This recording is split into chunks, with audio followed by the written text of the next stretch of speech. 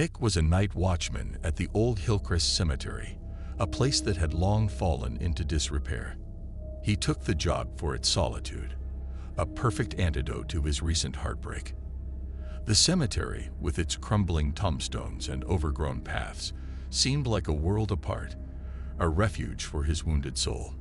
It was a chilly autumn night, and the wind whispered through the trees, rustling the dry leaves on the ground. Nick made his rounds, flashlight cutting through the darkness, illuminating names long forgotten. He stopped at an ancient oak, its branches heavy with age, and took a deep breath. The air was damp and earthy, filled with the scent of decaying leaves. As he walked past the rows of graves, something caught his eye. A fresh mound of earth, unnaturally disturbed. His pulse quickened. There had been no recent burials here. Kneeling down, he saw the headstone had been shifted. The name on it was barely legible. Eleanor Gray, 1892 to 1921. Nick stood, his mind racing. He decided to report it to the caretaker in the morning. As he turned to leave, he heard a soft, almost imperceptible sound. A whisper. He spun around, flashlight swinging wildly. Nothing. Just the wind. Trying to shake off the unease, Nick continued his patrol, but the feeling of being watched persisted. He finished his rounds quickly and retreated to the small security cabin at the cemetery's edge. Inside, he bolted the door and settled into the creaky chair, eyes scanning the old black and white monitors. Hours passed uneventfully until, around midnight, the static on one of the screens cleared, showing the disturbed grave. Nick's heart skipped a beat. A figure stood there, shrouded in darkness. It was a woman in a tattered dress, her long hair covering her face. Nick grabbed his flashlight and rushed out, his breath visible in the cold night air. When he reached the grave, the woman was gone, but the sense of her presence lingered. The headstone had been shifted further, revealing a dark, gaping hole. He shone the light into it, but could see nothing. Disturbed, he stepped back, almost tripping over something on the ground. It was a small, leather-bound diary, covered in dirt. He picked it up, brushing off the soil. The name Eleanor Gray was embossed on the cover. Back in the cabin, Nick opened the diary, its pages yellowed with age. The entries were brief, recounting Eleanor's life and her untimely death under mysterious circumstances. The last entry sent a chill down his spine. "They say the dead don't speak, but I've heard them. They're calling me from beneath the earth. Tonight, I will join them." A sudden noise outside made Nick jump. He rushed to the window but saw nothing. Then the lights flickered and went out, plunging him into darkness. The flashlight barely cut through the gloom. He heard the whispers again, clearer this time, coming from the direction of Eleanor's grave. Against his better judgment, he followed the sound. The cemetery was eerily silent, the only noise his footsteps crunching on the gravel. When he reached the grave, he found it fully open. Heart pounding, he shone his flashlight inside and saw a set of wooden steps descending into the earth. Compelled by an unseen force, he climbed down, each step creaking under his weight. At the bottom, a narrow tunnel stretched out, the air growing colder with each step.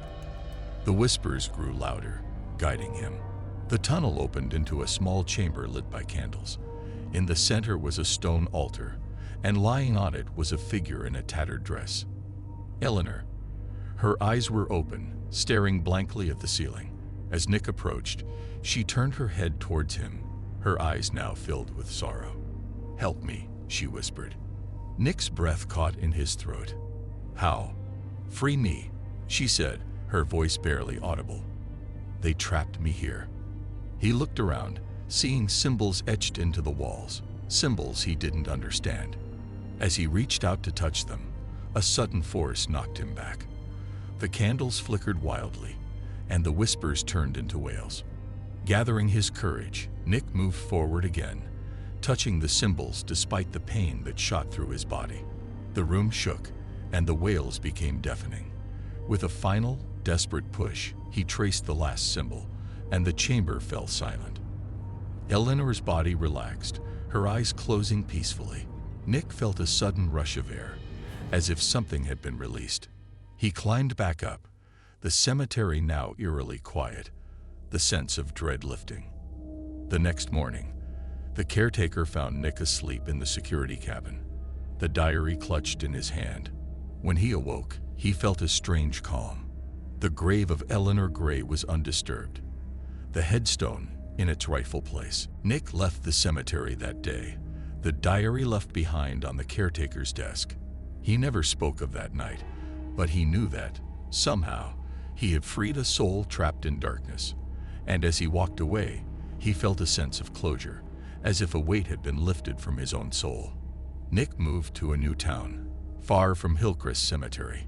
He found a job at a local library, a place filled with light and knowledge, a stark contrast to the darkness he'd left behind. His nights were quiet, spent reading and trying to rebuild his life. Yet the memory of that night lingered, like a shadow at the edge of his consciousness. One evening, as he was closing the library, he noticed an elderly man struggling to reach a book on a high shelf.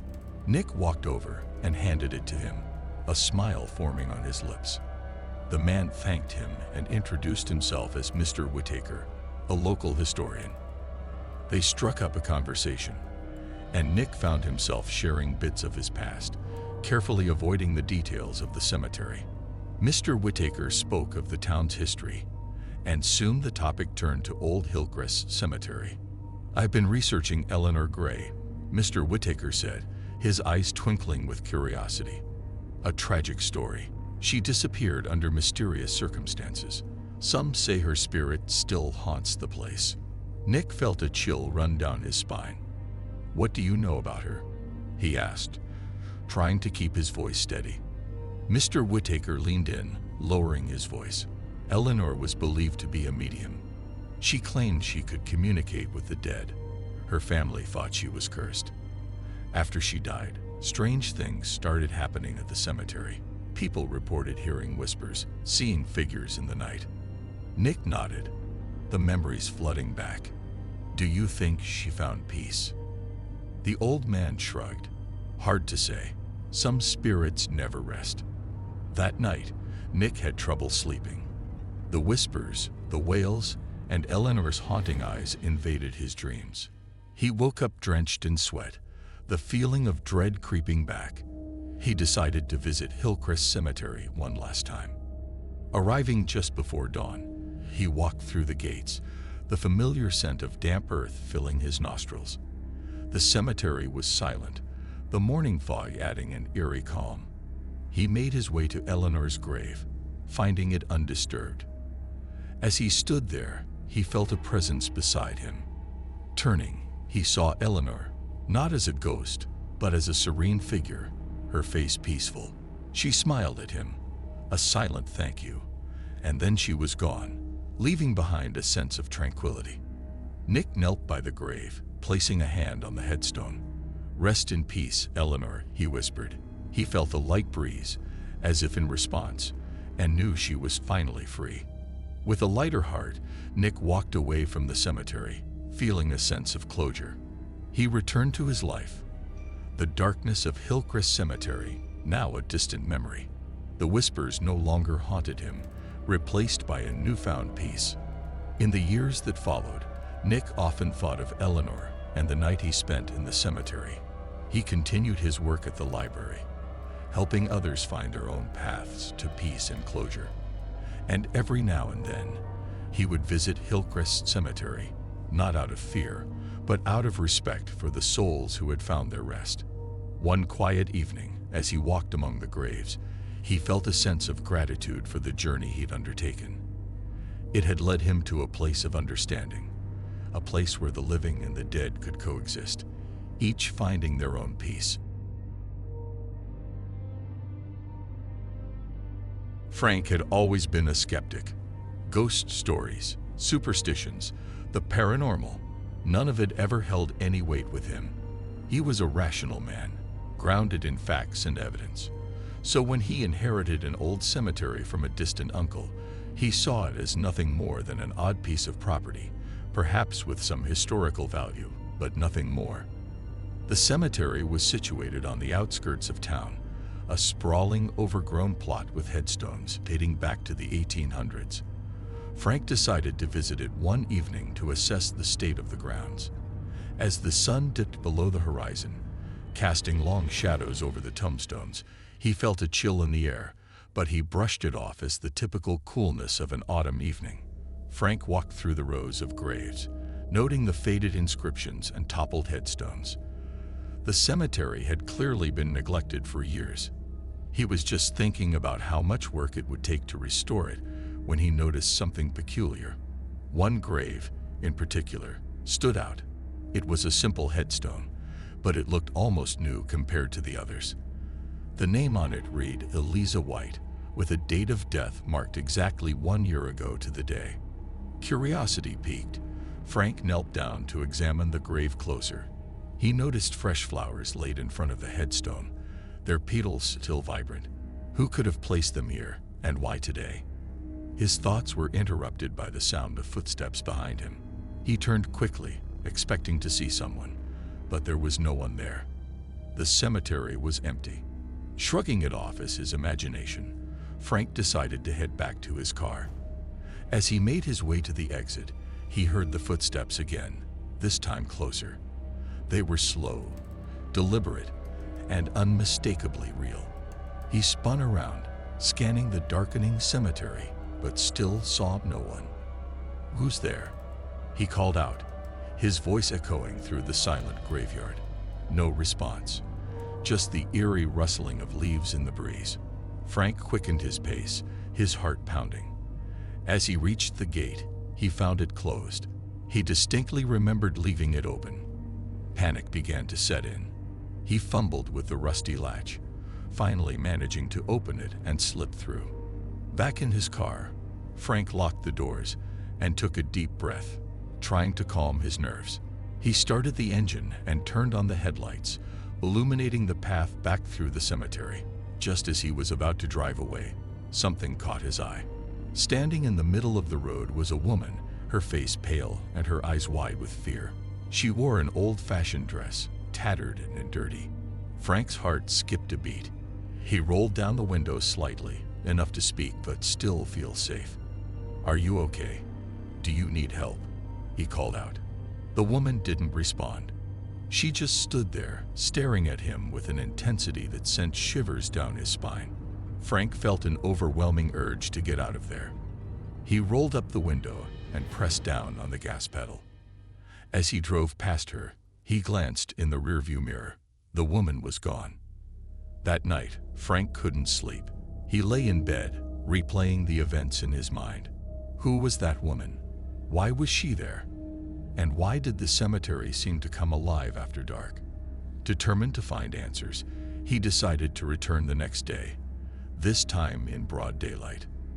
The following morning, Frank arrived at the cemetery armed with a camera and a notepad. He wanted to document everything. As he walked through the graves, he found the headstone of Eliza White again. This time, there were no flowers. He searched for any sign of the woman he had seen the previous night, but found nothing. It was as if she had never existed. Frank spent hours at the cemetery, meticulously noting down details and taking photographs. As the day wore on, he grew more frustrated. There was no logical explanation for what he had experienced. He decided to visit the local library to see if he could find any records on Eliza White. The librarian, an elderly woman with a kind smile, helped Frank locate the cemetery records. What he found sent a chill down his spine. Eliza White had indeed died a year ago, under mysterious circumstances. Her body had been found in the cemetery, and the cause of death was never determined. The case was still open, unsolved. Frank felt a strange connection to the woman. He knew he had to uncover the truth, not just for his own peace of mind, but for hers as well. He spent the next few days poring over old newspapers and police reports, trying to piece together the puzzle. One evening, as he was leaving the library, he saw the same woman again. She was standing under a street lamp, her face still etched with fear. Frank approached her cautiously. "Eliza?" he asked softly. The woman nodded slowly. "Help me," she whispered, her voice barely audible. Before Frank could say anything else, she vanished into thin air. He stood there, stunned. This wasn't just a haunted cemetery. It was a plea for help from beyond the grave. Frank knew he couldn't rest until he had solved the mystery of Eliza White's death.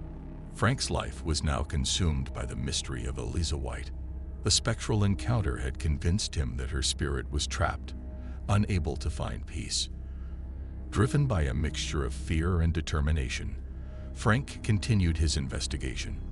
He reached out to local historians, piecing together the scant information about Eliza's life. She had been a school teacher, well-loved in the community. However, her life had taken a tragic turn when she became involved with a man named Samuel Blackwood, a wealthy but ruthless landowner. Rumors hinted at a scandalous affair and a violent confrontation, but no concrete evidence had ever surfaced.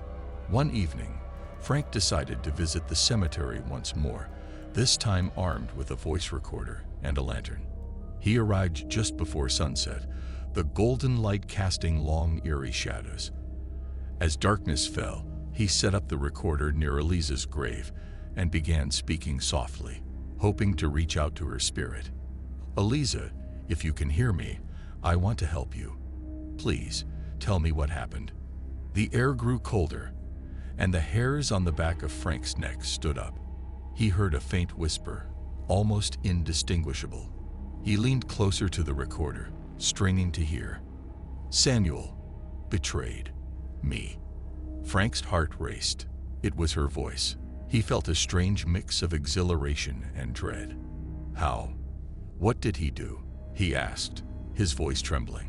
The whisper came again, clearer this time. "He killed me, buried me here without a name." Frank's blood ran cold. He knew now that Eliza's death had been a murder, and Samuel Blackwood was responsible. But why had this crime been covered up? Determined to find out, Frank decided to visit the Blackwood estate, now abandoned and falling into ruin. The next day, he made his way to the dilapidated mansion, its grandeur long faded. He broke into the old study, where he found a hidden compartment in the desk. Inside, there were letters, photographs, and a journal belonging to Samuel Blackwood. As he read through the entries, a horrifying tale unfolded. Samuel had been obsessed with Eliza, but when she rejected his advances, he had flown into a rage. One night, in a fit of jealousy and anger, he had strangled her and buried her in the cemetery, hoping to erase her from memory. He had used his influence to silence anyone who might reveal the truth. Armed with this damning evidence, Frank went to the police. The case was reopened, and the truth finally came to light. Samuel Blackwood's dark legacy was exposed, and Eliza's name was cleared. A new headstone was erected, bearing her full name and the words, "Beloved teacher, rest in peace." On the anniversary of Eliza's death, Frank visited the cemetery one last time. He placed fresh flowers on her grave, feeling the sense of closure. As he turned to leave, he saw her again, standing by her grave, smiling. This time, there was no fear in her eyes, only gratitude. "Thank you," she whispered, her voice carrying on the wind. Frank nodded, feeling the deep sense of fulfillment. As he walked away, the cemetery seemed less eerie, more peaceful. He knew that Eliza had finally found rest, and in helping her, he had found a new purpose. The skeptic had become a believer, not in ghosts, but in justice and the power of the truth. The cemetery would always hold a special place in Frank's heart, not as a place of fear, but as a testament to the enduring spirit of a woman who had refused to be forgotten. And with that, Frank left the cemetery, knowing he had made a difference in the most unexpected way.